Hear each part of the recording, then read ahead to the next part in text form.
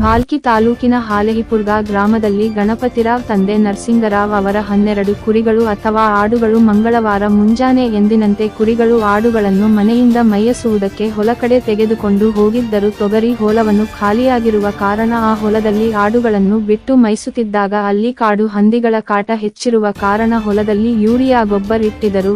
ಅದನ್ನು ಅಲ್ಲಿದ್ದ ಮೈಯುತ್ತಿರುವ ಆಡುಗಳು ಅದನ್ನು ತಿಂದು ಅಸ್ವಸ್ಥ ಆಗಿ ನೆಲಕ್ಕೆ ಬಿದ್ದಿದ್ದವು. ಅದನ್ನು ನೋಡಿದ ಗಣಪತ್ ರಾವ್ ತಕ್ಷಣ ಧನುರ ಪಶು ವೈದ್ಯರಾದ ಡಾ. ಮೈಪಾಲ್ ಸಿಂಗ್ ಅವರಿಗೆ ಕರೆ ಮಾಡಿದಾಗ ಅವರು ಕುರಿ ನಿಗಮದ ಅಧಿಕಾರಿಗಳಾದ ಡಾ.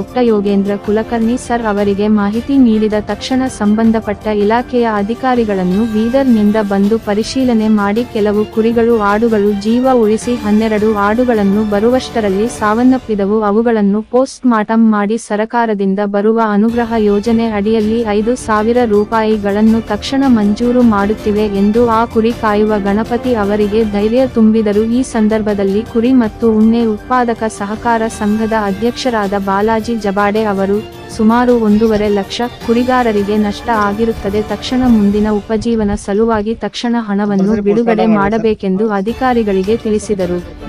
ವರದಿ ಸತೀಶ್ ಕುಮಾರ್ ಕಲಾ, ಬೀದರ್.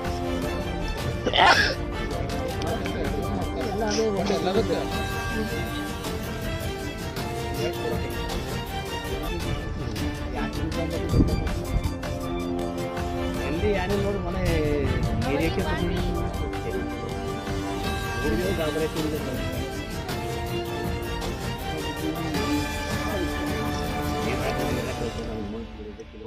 ನೀರು ಡಬ್ಬಿ ಹಾಕೋ ನೀರು ಹಾಕೋದು